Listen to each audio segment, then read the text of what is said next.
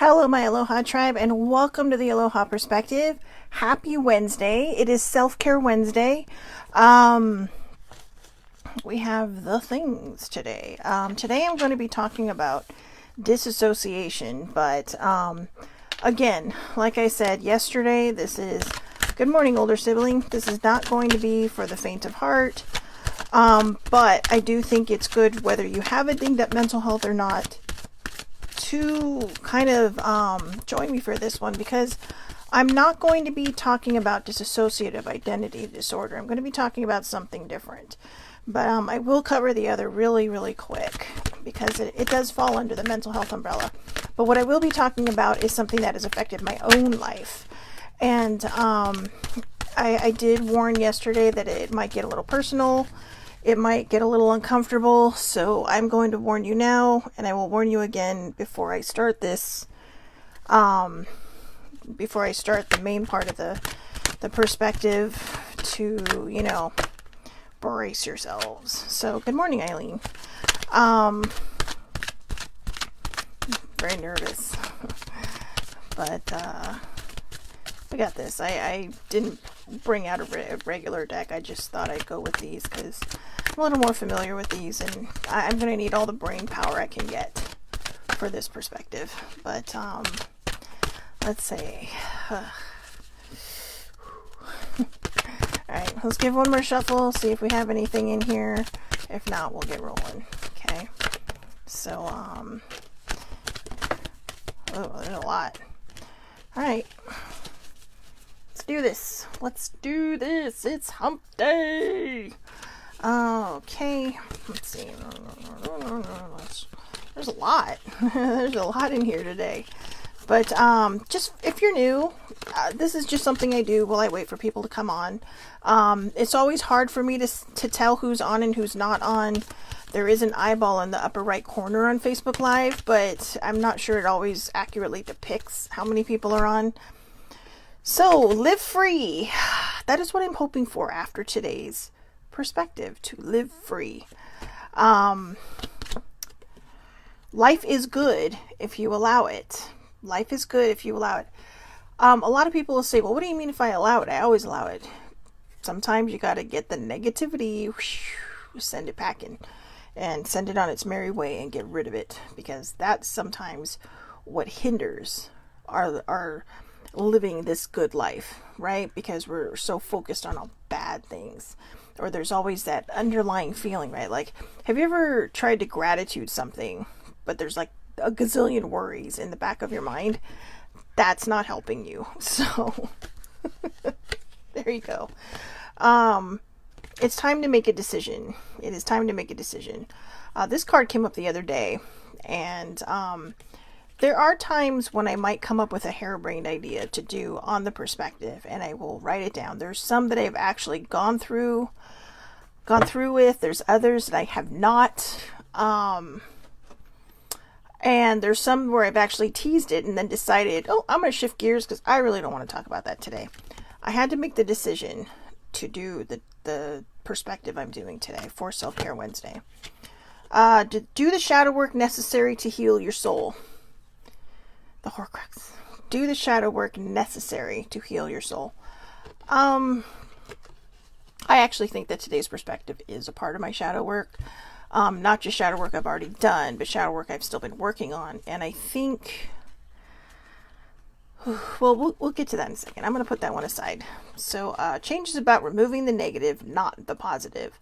I know you got mountains to climb, but always stay humble and kind. Okay? So, the reason I put that on this one, and then change is about removing the negative, not the positive, is because sometimes when we're climbing those mountains, we might get a little rude. Right? We might snap at people. We might take things out on other people because we're hurting. And a lot of times people don't realize they're hurting until they start snapping at people. So, stay humble and kind. Is there a lesson you need to learn? Go deep inside to find the answers.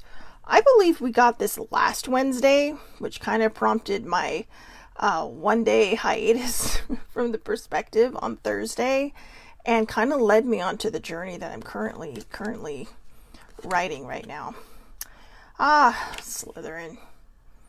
I think this one came up because that's kind of how I'm feeling. Now, people probably wondering, why would you include that card? Well, if I'm going to include the other 3 houses, I got to include this one because it's the 4th one.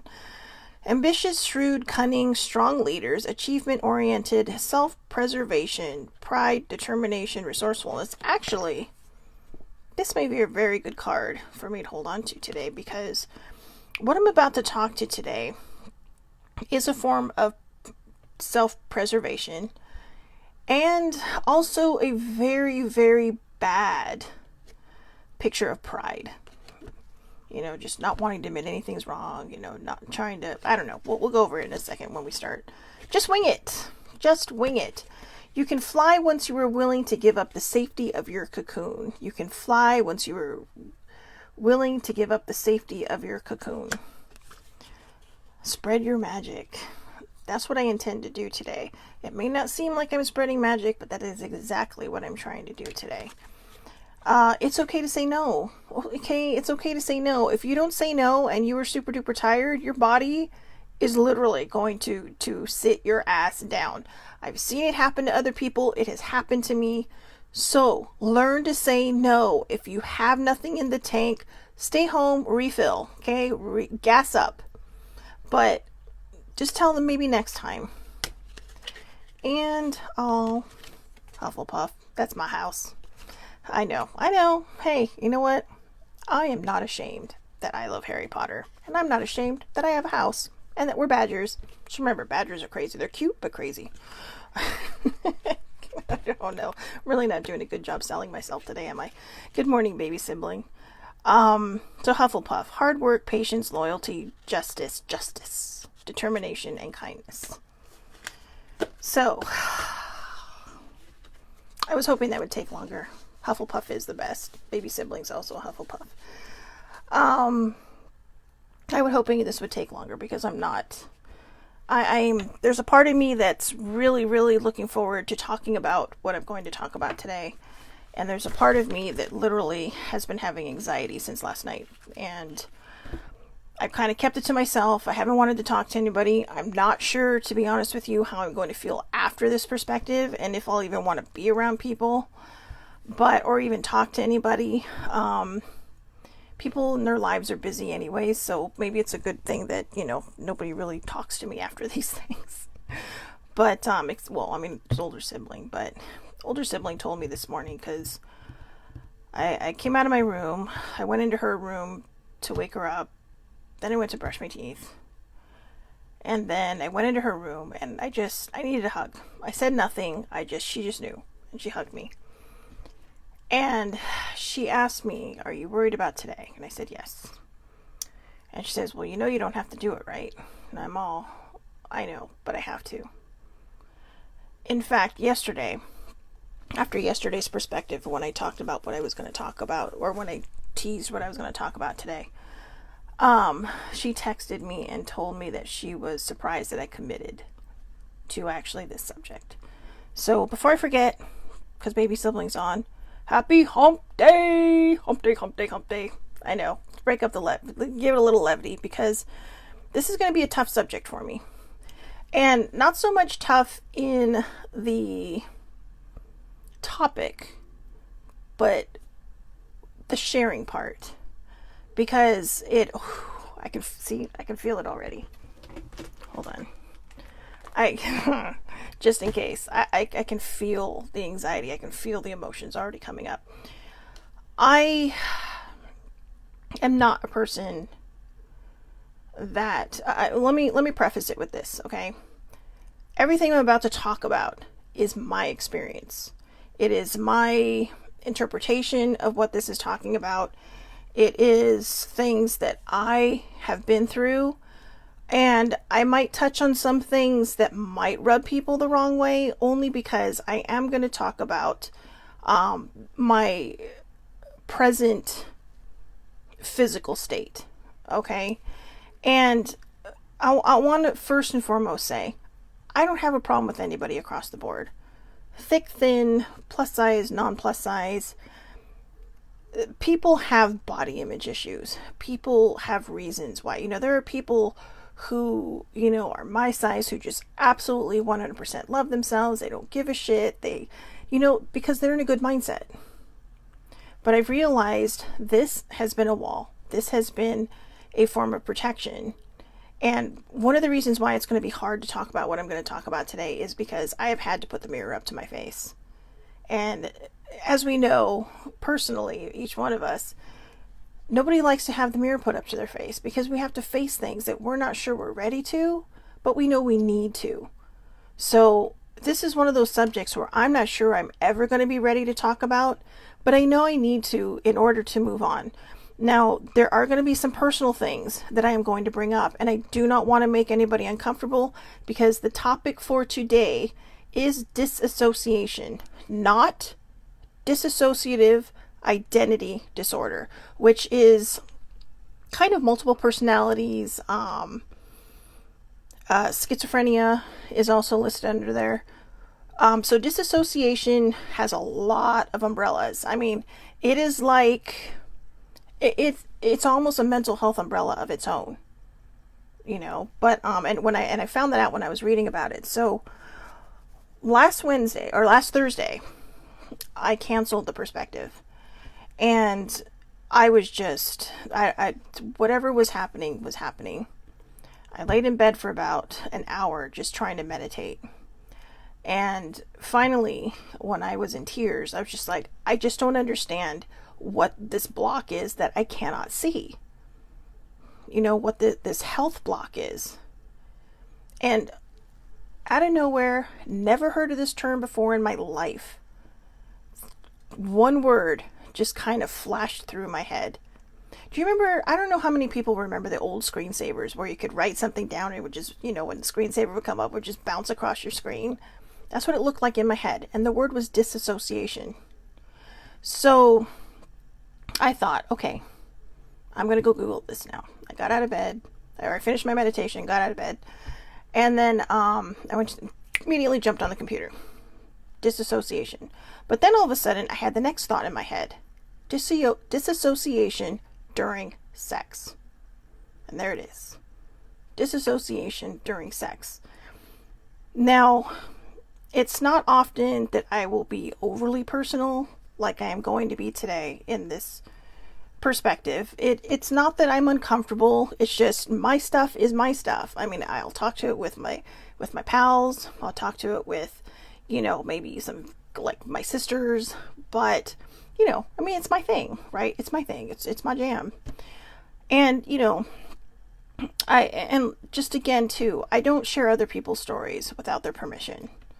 But as someone who has considered themselves a mental health advocate for several years now, I realized that this is something I need to talk about because I didn't know about it. And so for the last several months, I've been beating myself up trying to understand why this health journey has been so difficult. You know, I feel like I'm finally in a good mental place. I mean, not the greatest. I mean, yeah, I am maintaining my mental health, but this has been weighing on me so heavily that I have literally been in a high functioning depressive state for about 4 months now and not even realized it because I thought I was okay. But it's been my anchor, you know, and it feels like one of those anchors where it has literally, you know, kind of pulled me. It's dragged me back towards that wall of waves that I talk about that sits between the sea of misery and the ocean of bliss. See, I shot through that wall before, but somehow my anchors went and it did it in the sea of misery.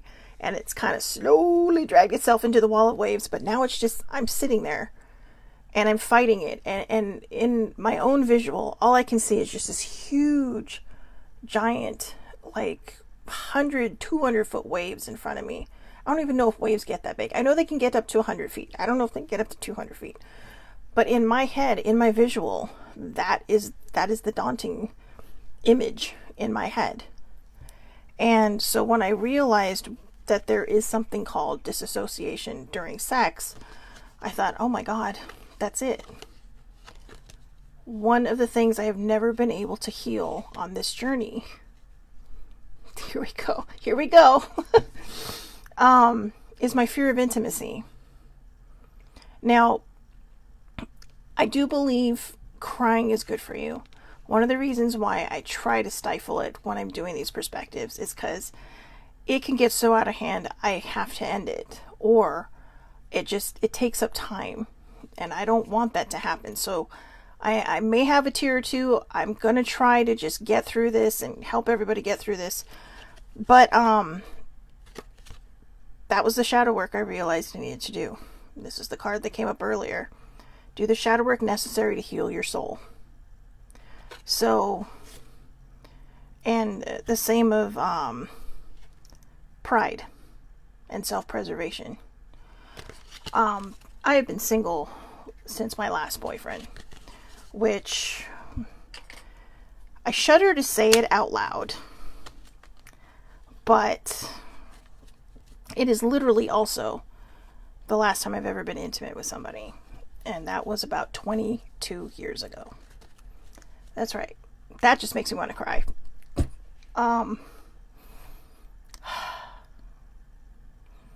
Okay, I'm sorry.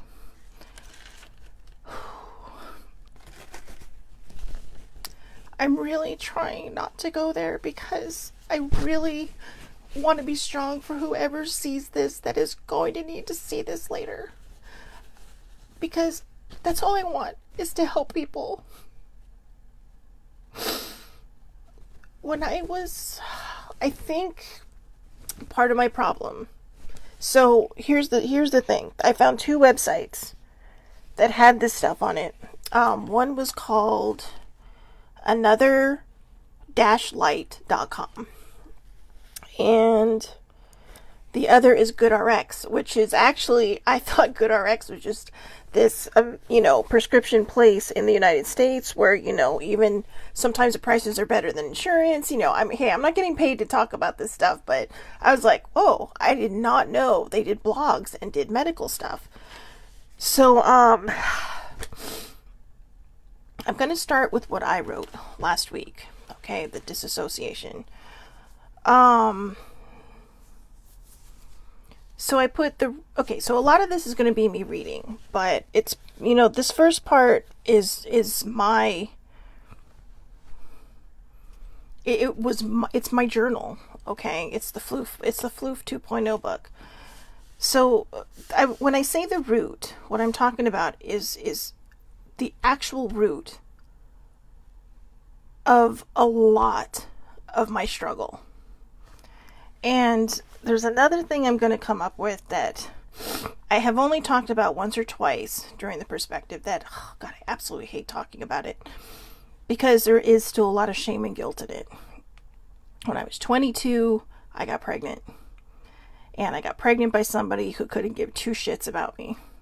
And it's sad to say because he was a long-term boyfriend, didn't realize what he had until after I was gone. And I'm not saying that to toot my own horn. I mean, literally, he's the one I talked about last week. They went all the way to my parents' house and tried to get them to convince me to get back with him. And I was like, no. And I think the beginning of the end for us was when he convinced me to have an abortion. Now, I say he convinced me. I feel shame and guilt about it because ultimately it's my body and I made that choice. For all those out there, I am, believe it or not, I am actually pro-choice. But not pro-choice in the way a lot of people think. I just think a woman should have a choice to choose for herself. I think anybody across the board should be able to choose what they do with their bodies. Okay? That doesn't mean I'm going to go whack people upside of the head and say, oh, you're wrong, you're this, you're that. But it was a choice I made. It's not a choice I ever thought I'd have to make, and I've been pro-choice pretty much my entire life. But it is not a choice I thought I would ever make. But when you love somebody so much, you will do anything that they say to make them happy. And I didn't have the self-respect and the self-worth to think I could do this on my own. I feel like a coward sometimes when I talk about that. So, as you can see, it still hurts all these years later. Stupidly. One of the weird things I do is I actually know the day I got pregnant. And I think about when that child would have been born. I always knew, I mean, I was 7 days pregnant when I had my abortion, or on the 8th day I had my abortion. But, I think that's where a lot of the disassociation really kind of solidified for me.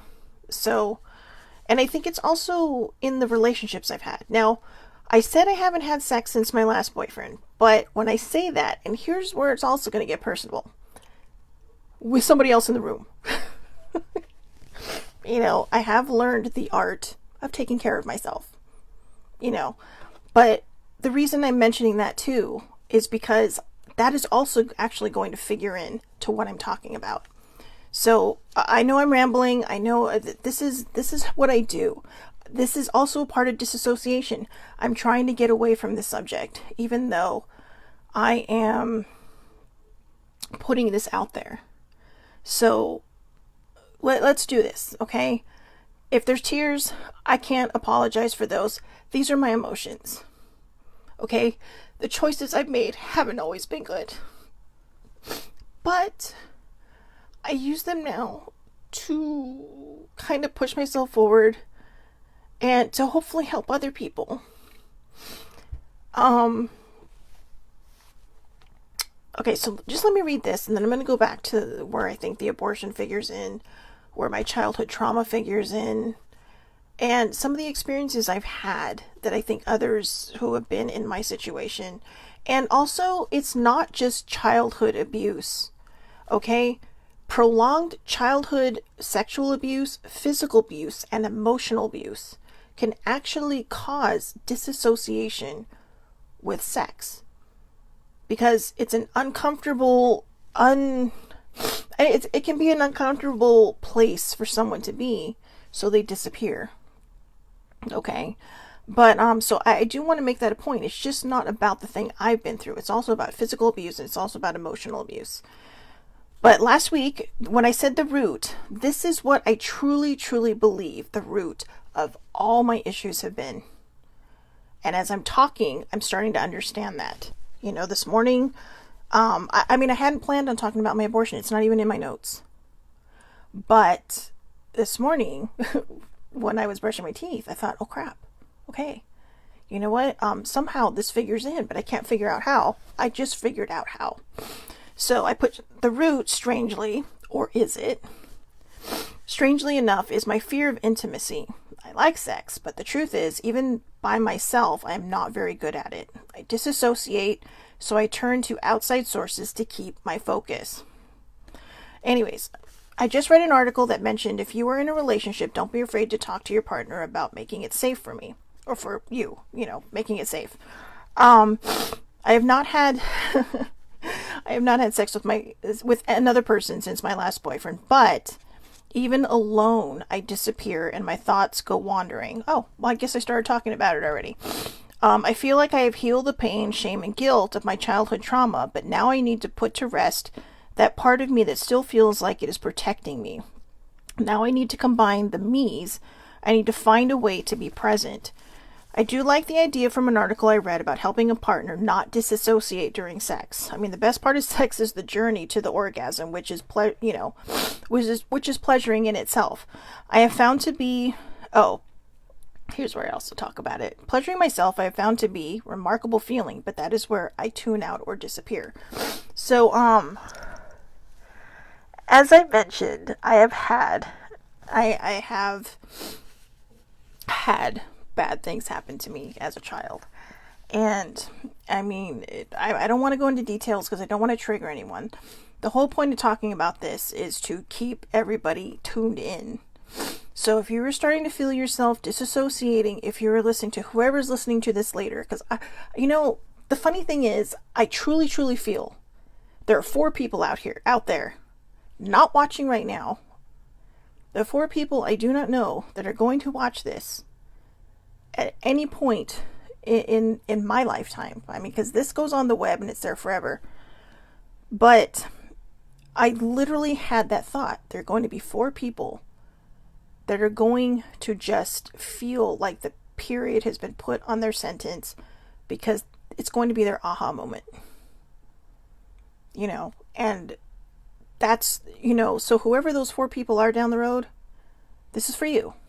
Okay. And it's also for me. I'm the 5th person. But I mean, I think it'll help a lot of other people, but I don't know why that literally just flew out of my mouth. That is going to be the aha moment for 4 people. And I know it's a random number, but I'm just telling you what I'm hearing in my head. So, it is where I disappeared, but this is what I found from GoodRx. Okay, this is the first article. Fear of intimacy, for me, related to past trauma. If you've had traumatic relationships in the past, intimacy and vulnerability may feel extremely unsafe. Disassociation and mentally checking out during sex may be a way to escape those unsafe feelings. The very first boyfriend I had, very attentive, very gentle, kind, but the first time we had sex, okay, this gets a little personal, and I don't want to trigger anybody, but I had a lot of repressed memories. And let's just say I was not a virgin when I thought I was. Okay? I don't think I've ever shared that out loud. But yes, that is the extent to the bad things I went through in my life. And very, very young. That happened before I even turned 10. And, it was a lot of shadow work, a lot of hard work. I even asked my therapist at one point when I was in therapy, am I making that up in my head? And she's like, do you think you are? I'm like, no. I said, I have these memories. And she's like, then why are you doubting them? She didn't goad me into it. She didn't march me into it. By the time I was in my teens, the person that had done this was passed away and gone. And I thought when that happened that it would make everything better, because there was only 2 people who knew my secret, me and that person. And they were gone now. And so only I was left to hold that bag. And I thought I could do it. But, healing has a funny way of working. It will force you into a place that you do not want to go to. And it's trying to push you towards that door. The door you have a key to. But you don't realize you have that key. So now you feel like you're backed into a corner. It's like that door suddenly becomes a corner and you feel like you have to claw your way out. So anyways, I'll go into more of that in a second. But, so disassociation and mentally checking out during sex may be a way to escape those feelings. How to manage it during sex or with a future partner. How to help someone who is disassociating with sex. If you were in a trusting relationship and okay, so here's what it initially said that I did not put in my notes, but I really think it's important to say. If you are going for a casual sex or a hookup, this is not going to work for you. You can't just sit there and say, hey, let's go do it. And, oh, by the way, I might disappear. Okay. So if you're that person who disassociates during sex, I know this is going to be hard. Take a step back and take a step away from the hookups and the casual stuff. Because that is not where you are going to find your love. That is not where you are going to find your healing or your self-respect. People do that. I have nothing, you know what? I'm not going to tell people how to live their lives. I can't. It's not my place. My place is to live my own life, share what I can share, and hope people pick something out of it. But if you suffer from these things and you disassociate for one reason or another, you may want to take a step back first before you continue that behavior, because sometimes it's that behavior that can get bad. I think that's why I was like, had all these different boyfriends in such a short amount of time.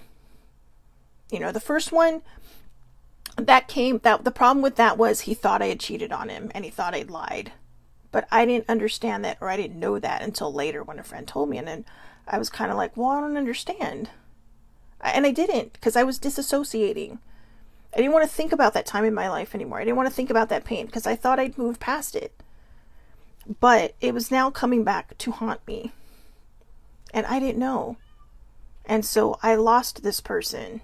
And they never told me. Like I said, we shared a mutual friend. And that friend told me. And I was just like, what the hell? Then they broke up with me on New Year's Day. Like literally 1 hour into New Year's Day. So that was that. And so then I started my first real experience with intimacy was great, but it ended badly. And so I think that's the first brick in that wall. Okay? So how to manage disassociation during sex, with a future partner or, someone you're with now. If you are in a trusting relationship and you notice your partner disassociating, stop immediately. They may be checking out because of past experiences and are unable to fully participate in your time together. Check in with your partner by asking how they are doing and feeling. Ask if they need help refocusing and getting more connected with the activity at hand. If your partner has a history of trauma, ask questions to help them recognize where they are. And this is a thought I had. Talking about disassociation may help to recognize that I am in a safe space with someone who wants to be intimate with me and not hurt me. What's interesting is that I had 2 long-term boyfriends. Each relationship was about 3 years. The last one was almost 4. The first one was the one where I had the problems with the pregnancy, and that's the one that I've talked about in the past that would break up with me and then hook up with other people and then get back with me, and I was dumb enough to get back with them, and they were older. So, I just figured, wow, it's an older guy, he knows what he's doing, whatever. And I'm not saying they don't. This one did not. This one in particular, very mature. Because I did date someone who was 10 years older than me before that, when I was 19. And that person was everything I could have asked for. But the age difference was a problem. So obviously there wasn't a strong enough connection for us to work through it. But it was a very short-timed glimpse into what I do deserve, into what I could have, what I can have. So, I put talking about dissociation may help to recognize that I am a safe space with someone who wants to be intimate with me and not hurt me. With those 2 long-term boyfriends, I actually told them, not in detail, because I didn't have the details back then, but I did tell them about the bad things that happened to me as a child. So technically, outside of my parents who found out when I was in high school because of a class that just made me fall apart, tore me apart, these are really the first 2 people that knew. And I guess maybe back then my brain was trying to tell me, if you talk about it, it's going to be okay. But it wasn't. There were a lot of times when I would disappear during these moments. Now, what I did notice is it was very rare when I was able to initiate the act of intimacy or having sex. When it came to the last boyfriend I had, it was always on his timing when he wanted to. And, I'm not saying anything bad. I would try to get things started, but, it's like, no, I would get the I have a headache, I'm tired thing. Okay. But, and first and foremost, I've let go of the pain from those relationships, and I have no ill will or animosity. But the reason I'm sharing this is because I think that might have been a trigger. In the previous the second to last relationship I had, there were times when I initiated the act of intimacy, and I was okay. And I think it was because I initiated it. I was in control. Not in control, but you know what I mean. Like, I was okay. I was in a good place. I was in a good place mentally. But I noticed that with the last one, almost every single time, with the exception of the one time I really tried to initiate it, which didn't really pan out very well, I would disappear. I would go dark, if you will. My mind would be all over the place. It would either be on work, it would be on, plans that I had in the future, plans that reliving plans from the past. I never fully felt present. And it is difficult to say, because to be honest with you, I have been with men, but I have not fully and completely been with men. I don't truly have a good foundation of what real intimacy is like. Because even on those times when I did initiate it, it was always taken over by the other, the other person, which is okay, everybody wants what they want, right? But I was just there to please and serve, and not serve in that way, but I was there to please, and that's all I wanted, because I thought intimacy was love. Okay, intimacy is just a branch of love. It's something two people who love each other share. Sex is something that two people who don't love each other share. That's my interpretation. But sex can also be something that you share with someone you love. And by that I mean, not everything's going to be that whole missionary thing going on. It's, you can get wild and crazy. If it's something you like to do, get wild and crazy. Explore each other, enjoy each other, do whatever it is you have to do with each other. But when you see them start to disassociate, my advice personally, and should I ever find a partner in this life, I'm hoping this person will be open and understanding. I'm hoping this person will be like, oh God, you come with baggage. No, I don't come with baggage. It's going to be new to me. And I think the first couple times that it's going to be new to me, it's going to be me trying so hard to just be enough for this person. And I think that's sometimes what scares me, is that you feel like you're not going to be enough, because you feel like, God, I do have all this baggage. So here's what another-light.com had to say, and I really like this one. A feeling of disconnect from your thoughts, feelings, memories, self, or even a place you're in physically. This is what disassociation with sex is. Disassociation almost always occurs in those that have undergone prolonged sexual, physical, or emotional abuse. A point of time where the body and the brain is still developing. The prolonged nature of sexual, physical, and emotional abuse can lead the mind and body using disassociation as a technique to protect from pain. We disassociate as a coping mechanism. It protects us by disallowing us from feeling pain. It could occur when a moment is too painful to deal with, a trigger, or memories come up. So see, it's not just about sex, but somehow it happens during that act. So disassociation with sex, symptoms that can help you identify disassociation. With someone unable to have an orgasm, so it's because your mind is everywhere, so you're not really focused on what you're feeling, because when your mind goes, your body kind of goes with you. So it's kind of like one-sided sex. It's like, you might as well just be a blow-up doll at that point. You might get lost during sex and effectively block out the entire experience. Or you might not be fully present during the experience. Coping. Communicate with your partner. Let your partner know that you tend to disappear, as I call it. Also, if it starts to happen, let your partner know. On the flip side, if you were the partner and you notice this, gently ask them if they are okay and if they need a moment. Patience is going to be key. Safety first. If comfortable, choose a safe word. I know a lot of people will associate safe words with bondage. I know. I read a lot of books. But, and I don't mean just those books. I mean, I actually read books about people who actually, do this. And it was just a curiosity when I was younger. But it's interesting because a lot of them even talk about this disassociation. But a safe word is just, if, because there's going to be a point where I'm sure you're going to be all wild and hot and crazy, and all of a sudden something might click.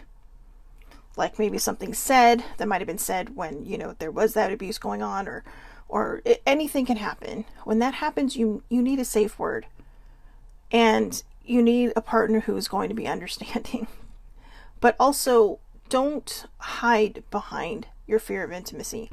The whole point of doing this perspective is to show people that when you are with the right person, if it's your forever person or even if it's not your forever person, if you were in a relationship where there's a lot of connection, a lot of self feelings, some people only date for a few months at a time.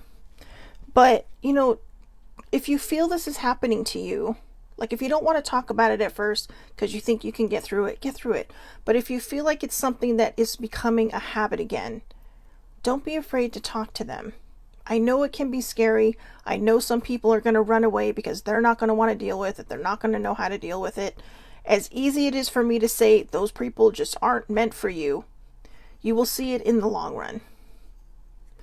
People who have patience will be there for you.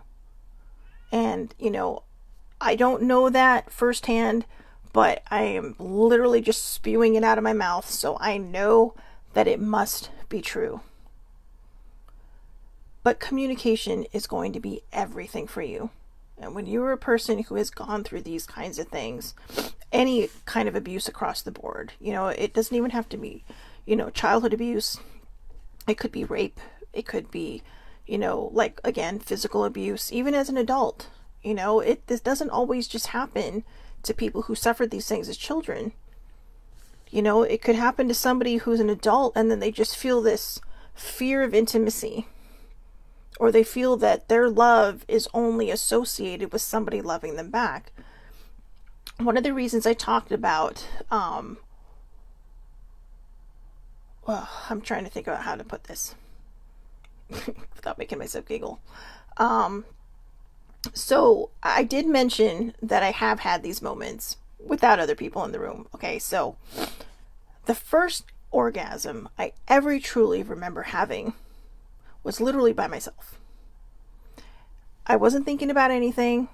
It was okay. I know I'm getting personal here, but this is, it just is what it is. This is all part of the topic. This is all part of the conversation. It was the very first vibrator I ever owned. Okay. And it was waterproof, so I took it into the shower. Big mistake, because I almost fell over and drowned. But, even my sisters asked me, they're all, "You okay? We heard you fall in the shower." It's like, nope, I'm good. I just slipped, soap. Dropped the soap, fell. Yeah. So, I thought I literally cried after. And as I got to know my body more, and as I started to heal, because this is already on my healing journey, but as I started to heal my mind and started to heal my past, I started to understand, or I started to notice though, in other times when I would have these personal moments, I started to disappear. And I saw this as being a problem because now it had happened in relationships, but it was also happening when I was by myself. And I couldn't understand what would happen. And when I say disappear, I would straight out fall asleep. I would just knock out. Seriously, wake up like an hour or two later, like, what the hell just happened? What literally happened? And I didn't understand it. Can you imagine that? You're having sex with somebody, you just fall, like, whole total intimacy narcolepsy. We'll call it that. You're just like, you're out. But seriously, and you know what? And it's okay to laugh. If you're laughing on the other end, it is, because it's funny, because I wake up going like, what the fuck? Seriously? What happened? I'm just like, shit. But that happened several times until I finally started to get that the feelings that came along with it, the just even the end result was guilt. It was shame. And I spent a lot of time torturing myself, trying to move myself past these things to truly understand it. I can honestly say, and this is not a reflection on anybody across the board, I know I probably had orgasms during my time with my partners in the past, but I've never had a true sensation of one, literally, until I was by myself. And nobody was home. Like, when sibling would walk out of the house, it's like, right up to my room. And you see people talking about on TV shows, they cover this a lot on Mom, and there's no shame. And that's what I love about it. There's no shame when they talk about it. Like, yeah, okay. One time the main character even says, God, I thought that would take longer. But you know what? The whole point is that's where I'm trying to get. I'm trying not to be ashamed of my body. And I think when I talked about size and not wanting to offend anybody, this is the issue I have. Okay. I know that if I were to ever get pregnant, I would have had to lose weight because, I mean, first you got to find a partner, but, I would have had to lose weight. And part of it is because of my heart. My heart runs great, but there's no reason to put added pressure on it, right? And when you carry a child, your heart does actually work harder because it's working for two people, right? For those 9 to 10 months. So I purposely I think I purposely kept myself the way I was. Because, first of all, having that abortion was the worst thing I ever feel like I've done in my life. Some people are okay with it. Like I said, I don't judge. You do what you do. That is your choice, your decision. I am not here to judge you. This is my perspective. This is how I feel about it. But I had always wanted to be a mom at that time in my life. Now, I'm just kind of like, I'm tired of trying to control my life. I'm tired of making plans and wondering if they're ever going to happen because I constantly self-sabotage myself. Constantly. So now I'll just be happy finding someone to fall in love with. Who will understand my quirks, who will understand that, there's a lot less baggage that I come with, but, there might be some trash that still needs to be taken out. For lack of a better way of explaining baggage. But, because I those are hurdles that I can only, those are obstacles, that I can only hurdle when I'm actually with somebody and put into that situation. And I do hope I have the courage, to be honest. I do hope that I have the courage to say, look, you know what? It's been a really long time. I'm going to do my best. But, don't expect fireworks. And I probably wouldn't say that because you don't want to put the damper on it. But remember, safety has to happen first. If you do start going through this, you can practice mindfulness. Bring yourself to the present. Remind yourself that you are in a safe space with someone you trust and consented to. That is going to be the biggest part. If you are in a relationship and you're about to be intimate for the first time, remember, you trust this person enough that you are putting yourself in the situation. And one of the reasons I wanted to talk about this and that I did not want to shy away from talking about this is because I think a lot of times we don't realize this. Like I said, in all my previous relationships, I wonder how much different they could have been if I wasn't disappearing all the time, if I wasn't sinking back into my psyche, into myself. And again, this is where I think part of the struggle in my health journey comes from and why I'm constantly self-sabotaging myself with emotional eating. Because I'll be honest with you, right now, I want to emotionally eat. I'm that upset. I may not look it. I know I've cried, but I am so angry with myself inside. And mostly because I keep thinking, why didn't I see this earlier? Why didn't I know about this earlier? But the question is, if I had known about it earlier, would I be talking about it now? I try to keep myself in the present. I try to keep myself in this place that I'm exactly where I'm meant to be at this time.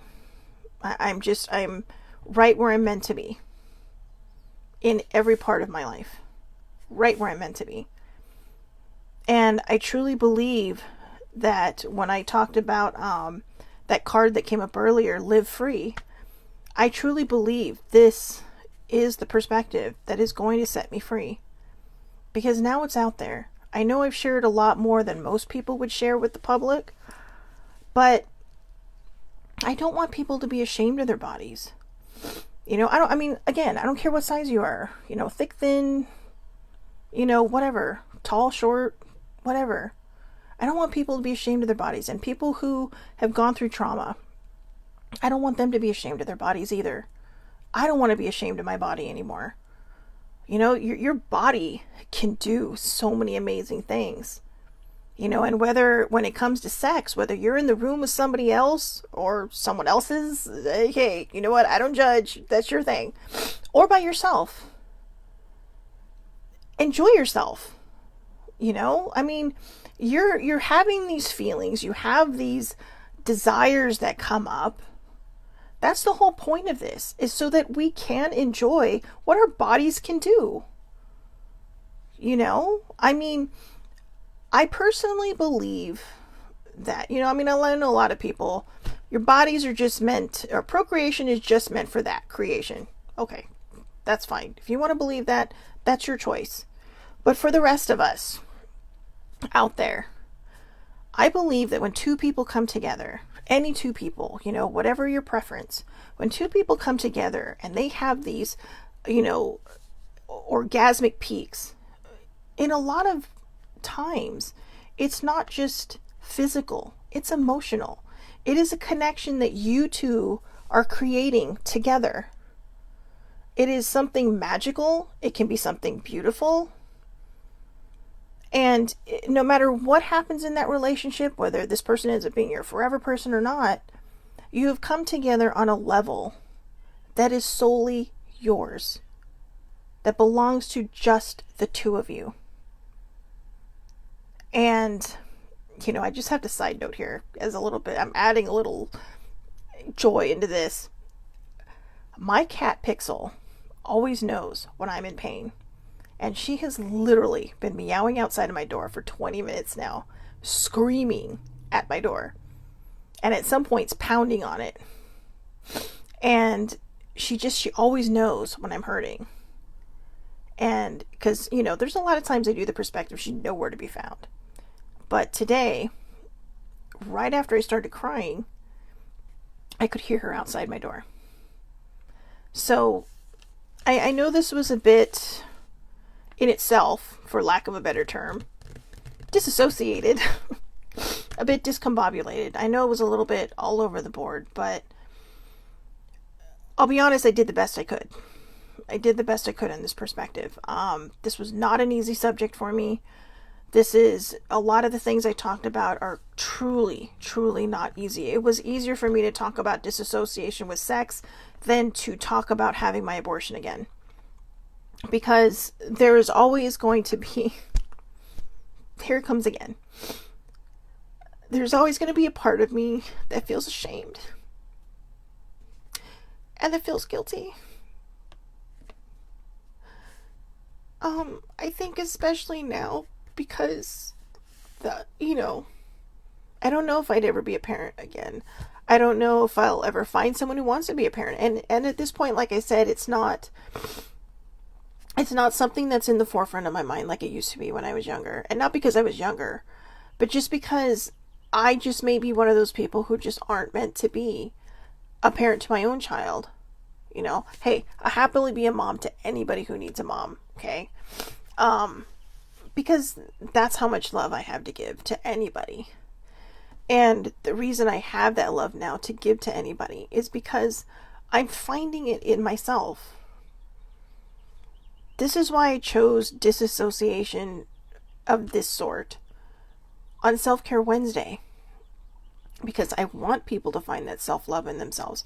I want people to take the time to have that self-care and take care of themselves so that they can enjoy life, so that we all can just move forward and enjoy our lives and everything from one end to the other that comes with it, especially in relationships or especially during acts of intimacy. I don't want to be afraid of it anymore. I don't. And I know that part of the reason I self-sabotage myself is because, one, when I was younger, I was afraid of getting pregnant again. I didn't know that until right now. But I truly believe that I kept myself single because I was afraid of getting pregnant. I was afraid that if I got pregnant again, this person would not want to be with me and would not want this child. And I couldn't go through that again. I could not. I could not. So, I don't know. People are having children in their 50s now, so I don't know that it would happen. It's not something I've put on the forefront. It's on the back burner. I don't even think it's in the back burner. For lack of a better way to put it, it's in the oven. Okay, it's in the toaster oven, just kind of doing its own thing. It's not on the stove in front of me. What's in front of me is just trying to live the life I want to live the best way I know how, without all this pain behind me. And, without it holding me back. I literally have a visual of me standing on that boat in the ocean of bliss. And, a lot of anchors nowadays are just, they're They're some of them are manual, but a lot of them on nice boats. My boat, in my vision, is nice. They're mechanical, but I literally see me hand cranking this anchor out from the wall of waves, out from the sea of bliss, through the wall of waves, onto my boat so I can set sail. Because talking about this, I knew would also start to set me on the right path. I told older sibling, I said, by putting this out there, I now have to hold myself accountable. I know why I've kept up this wall. And I say this wall because that's exactly what it's been. This has been my protection because I feel, even though it's not true, because I've seen lots of people my size meet men, meet women, whatever. And, but in my head, in my mind, this has kept me safe. This has kept people away from me because I've truly felt that nobody would love me or want to be with me if this is what I look like. And it's gotten to the point now where I have put myself in a place where I have to get better because I want to live a long time. And my heart is not always going to be kind to me if I'm not kind back. It's going to be like that. Well, I'm constantly giving to you and you're giving nothing back, so we're breaking up. Like your friendship is over. And I don't want my heart to do that to me. So I need to start giving back, and that's why I needed to do these things. This is why I needed to sit down with myself and understand understand exactly where I was coming from and why I needed to heal this.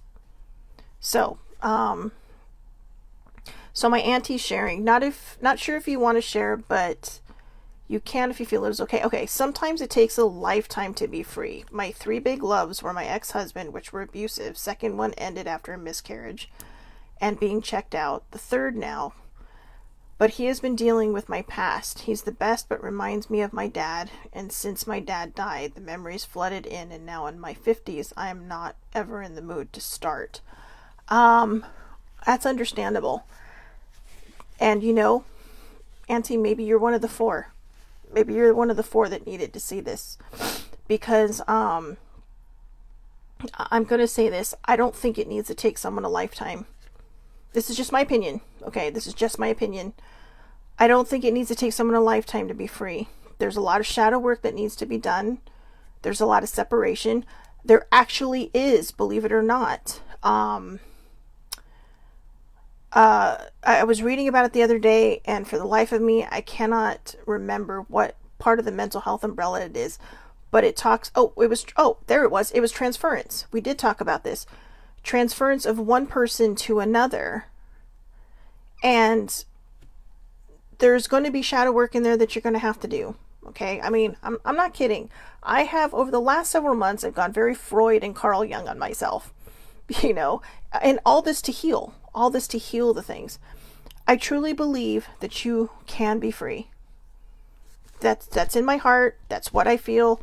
If you don't feel like you can, or maybe that's how it feels right now, that's understandable. I'm not saying that we're all the same. We're not. Maybe for some people it does take an entire lifetime to feel free. But I would rather you do the work now to free yourself, to enjoy your husband, to enjoy your kids, and to be able to enjoy the act of intimacy again before hitting the jumping off place. And by the jumping off place, I mean when we're all set to, dive into our afterlife.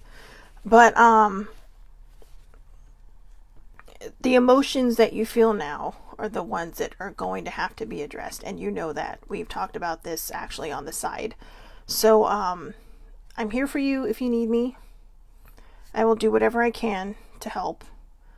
And again, everybody who's watched this now or later, this is my perspective. These are my experiences, my opinion. Okay, my perspective is my opinion on these things. But there was a time in my life when I just figured this is how it was going to be forever. And I didn't feel like I ever deserved to be happy. I always thought I was going to feel shame and guilt for what happened to me as a child. I need to work on the shame and guilt I felt or feel about my abortion. I forgave myself a long time ago, but I don't think I forgave myself to the point where I can get rid of the shame and the guilt. And I have to, because it's so far in my past that I have to stop letting it anchor me. I cannot hold on to it any longer. I feel like if people looked at me, they would just judge me and think, how could you? My mother could never forgive me when I told her. I called her and asked her to pray for me. And this is not a bad reflection on my mother. I love my mother, but I think part of that really kind of solidified the shame and the guilt, because when I needed her the most, she couldn't forgive me. And that made it hard to forgive myself. So, to all the parents out there who have a child that may have gone through this, when they come to you because they need you, please don't turn them away. Because that can have lasting effects. And I'll be honest with you, when my mom was dying and my cousin told us to have this talk where you talk about everything and get everything out of your way. Sorry, it's the cat. And they tell you to get everything out of the way. That's the one thing I couldn't bring up with her. Because I was so afraid and she was dying and I didn't want to make her mad. So I'll never know if she ever forgave me for that. I'm so sorry. But it's like baby siblings said earlier, tears are healing. So maybe in my heart, this is her way of saying that she's sorry. I don't know. I can imagine it in my head. I can fantasize about it. I can visualize it. But please, if you are a parent and your daughter comes to you with this, if she's made her choice one way or the other, just be there for them. They're already in a place that they're not comfortable with if they're coming to you and afraid. You know, so just be there for them and then talk about it later. Don't judge. I was 22 years old when this happened. I wasn't a teenager. I was old enough to know what I needed to do. And I wasn't particularly fond of the choice I made. And I will share this. This is something I don't share with a lot of people. When I was sitting there on that table right before the procedure started, the doctor asked me, do you want to be awake or do you want to be asleep? And I said, I want to be awake because I feel like I need to be punished for what I'm about to do. And he patted me on the hand. And it was the most compassion I got from somebody at that time. He patted me on the hand and he said, you know what, Misola Shelly Marie, I'm going to put you to sleep because this is not something you want to be here for. And he said, it's okay. It's okay. He says, for whatever reason you were making this choice, he says, try not to let it affect you. And he says, I know it's easier said than done.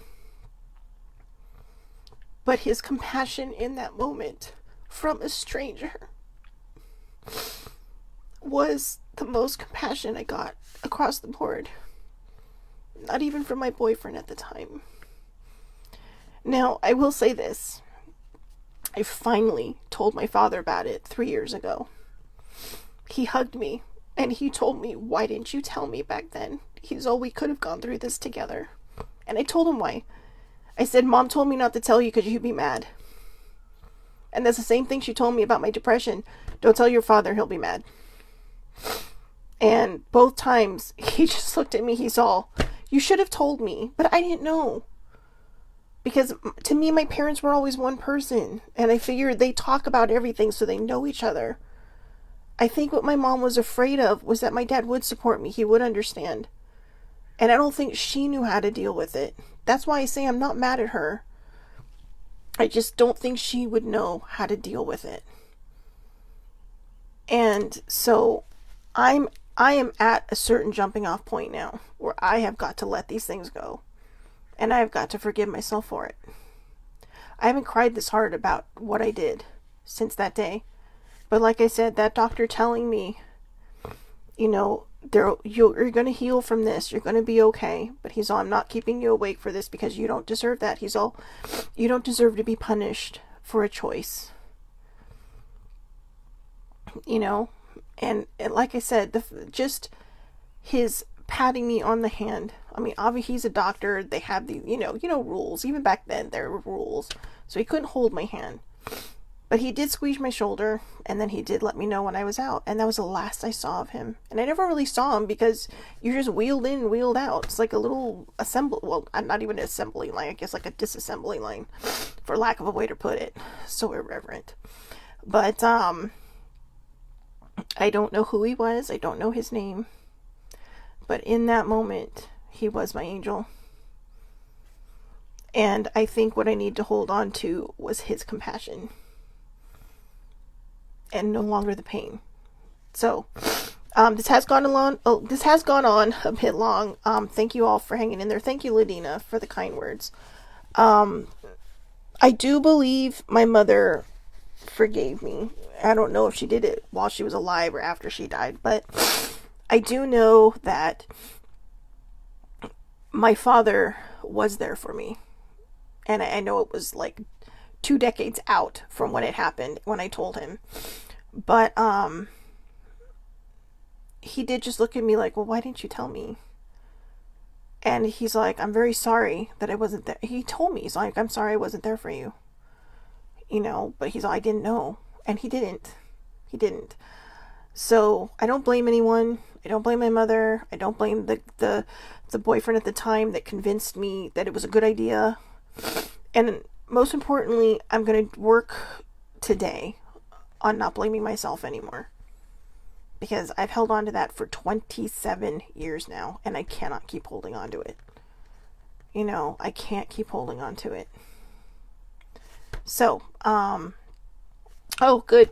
Okay, so baby sibling says, I feel like she's sorry for all the pain she caused your heart. That's cute with the little Band-Aid heart. To be honest, it broke my heart. I think that was the most painful part, is that I didn't have my mom. And my mom was very, very, well, I don't want to say very, very religious. My mom was a Catholic. She was very religious. But the reason I'm mentioning that is because I went to her to ask her to pray for me. Because it was the year anniversary of when I'd done it. And I'd held it in for a year.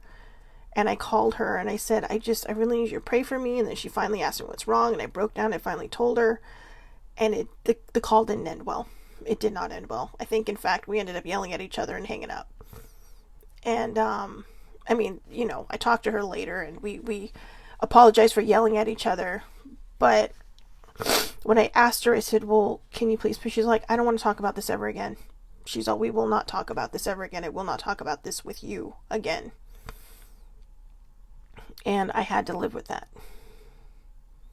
So, baby sibling is very tapped in. So thank you for that. Because I feel the same. I don't think my mom realized how much it hurt me in the long run. And, like I said, when we had the talk, that was the very last big talk we had. I couldn't bring it up. I didn't bring it up. I wanted to so bad. It crossed my mind so many times, but I couldn't. So, anyways, thank you again for hanging in there. I know this was a really long one. We're heading on 1 hour and 10 minutes now, but I do hope. Oh, so Auntie's saying before her mom died, she never got to hear if she really believed her when she found out. Auntie went through very similar things that I went through as a child, except, hers,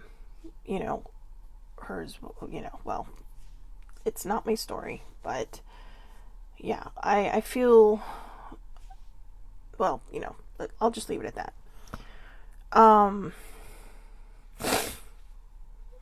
I think as we get older, we become better.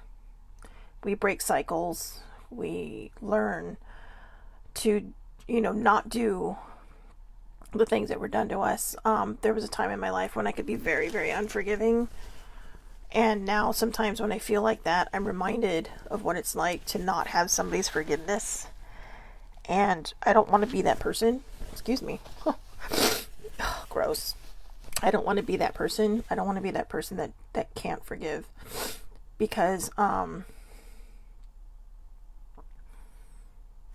know what it's like to feel that. That's why I see the people on here who are parents. And like I said, I am in awe of them every day. Even if I don't tell them I'm in awe of it. I'm in awe of baby sibling every day. She's a widow raising 2 boys and a job and, a menagerie of a zoo in her house. I shouldn't say that because she only has one more pet than I do. At least hers is a dog. We both had 3 cats. But, I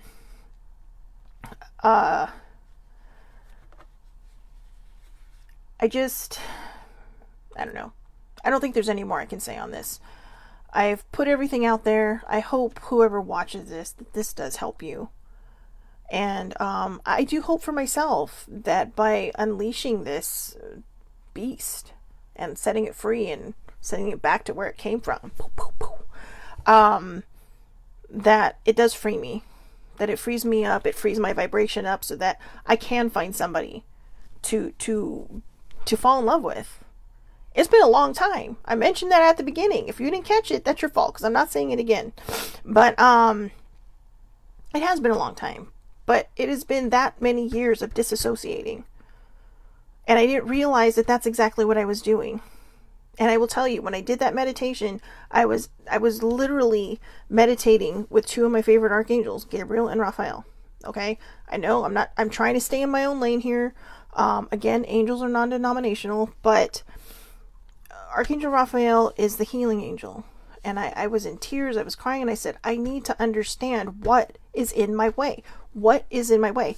And I kept thinking it would be something totally different. I kept thinking I was going to get visuals, like, of the gym or of a nutritionist. All I got was the word disassociation. And that turned out to be the magic word.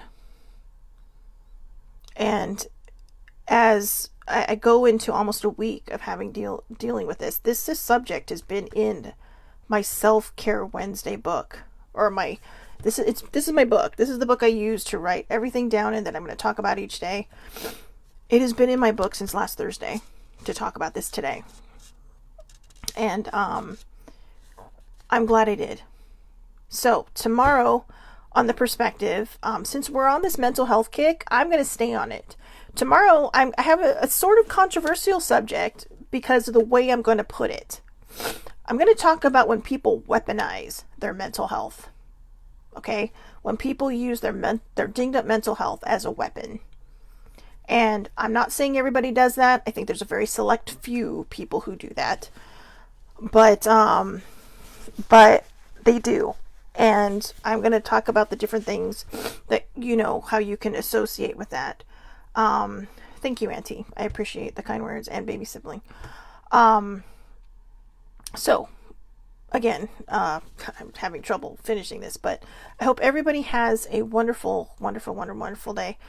Thank you so much for hanging in there on this one. I know the subject is not easy, whether you do suffer from this or whether you don't. Okay, but the reason I wanted people who don't suffer through this to stay in this is because you may come across somebody who does, and they're going to need you, and they're going to need your patience and your kindness. Because when you open up to somebody and say, hey, look, this is something I might do, they are literally showing you their vulnerability. I was showing you my vulnerability today, and I needed to because, like I said, there's 4 people out there, but I'm sure there's a lot more. But like I said, I had the number and somebody whispering in my head that said 4 people are going to have their aha moment with this. And so I truly believe that. I truly believe that. Like I said, I'm the 5th person on that list. This was my aha moment. And now I have to hold myself accountable and realize that there's no longer anything that I need to hide behind. on this health journey of mine, on this personal mental journey as well. I have no more shields to hide behind. And so now I need to be accountable. And we know a guy that does. Baby sibling, I think she's being cryptic again. But oh right. No, I know what she meant, because you know, inside jokes. But you know, so yeah, I hope everybody has a wonderful, wonderful day. Thank you so much for tuning in. Ladina's right. It is healing time now. I am going to shut this off. And I am going to go get my head straight. So have a great day. I will see everybody back here tomorrow, 8:30 a.m. Pacific Standard Time on the Aloha Perspective Facebook Live. It's public. Anybody can watch if you have a Facebook account, I guess. Otherwise, I do upload them to YouTube, where you can click subscribe and click the bell for the notification that when the videos do go up. So, and they're usually up before noon Pacific Standard Time. This one might take a little longer, because this is running on 1 hour and 15 minutes, and uploading these things is not for the faint of heart. It takes forever, but I do. I hope everybody has a great day. Thank you again so much for watching. And you know what? I'm gonna finish it with what Ladina's just said, and that we already mentioned. It's healing time. Okay? Have a great day.